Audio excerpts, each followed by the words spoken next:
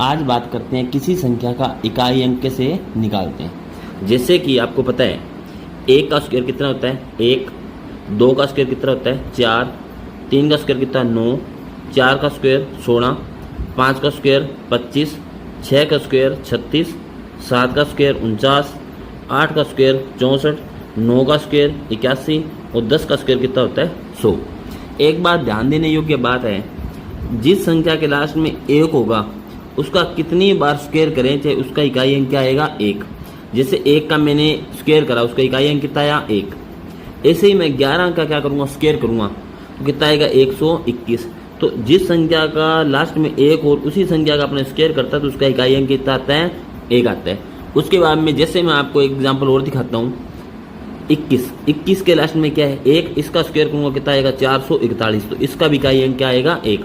तो ये बात ध्यान देने योग्य बात है, जिस संख्या का स्क्वायर कर रहे हैं उसके लास्ट में अगर 1 है तो उसका हमेशा इकाई अंक क्या आएगा 1 ही आएगा।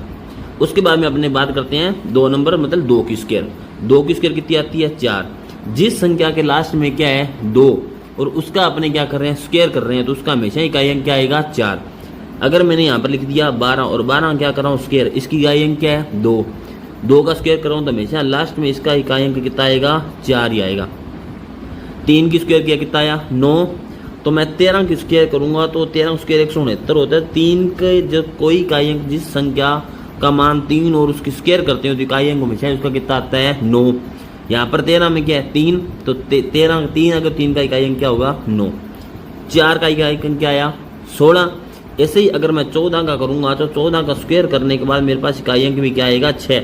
अगर कोई संख्या ऐसी जिसके इकाई अंक क्या है 4, उसका स्क्वायर करने पर उसका इकाई अंक भी क्या आता है 6 ही आता है। 5 का क्या कितना है 25 आया, तो मैं 15 की स्क्वायर करूंगा तो मेरे पास कितना आएगा 225।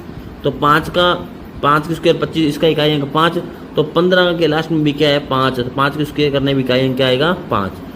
6 का स्क्वायर करने पर कितना आया 36, तो अगर मैं 16 की स्क्वायर करूंगा तो कितना आएगा 256, इकाई अंक क्या आया 6।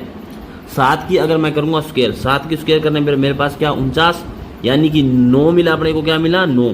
तो अगर मैं 17 की स्क्वायर करूंगा तो मेरे को लास्ट में 9 ही मिलेगा। 17 स्क्वायर कितना होता है 289, तो इसके लास्ट में भी क्या मिला 9। 8 की स्क्वायर करूंगा, 8 की स्क्वायर करने पर मेरे को इकाई अंक क्या मिला 4। तो 18 की स्क्वायर करूंगा तो इकाई अंक मेरे को 4 ही मिलेगा। 18 स्क्वायर कितनी होती है 324, तो कितना मिला 4। 9 का स्क्वायर करने पर कितना मिला मेरे को 81, यानी कि मेरे को इकाई अंक क्या मिला 1। तो 19 की स्क्वायर करने पर इकाई अंक 1 ही मिलेगा। 19 की स्क्वायर कितनी होती है 361। 100 की स्क्वायर 10 की स्क्वायर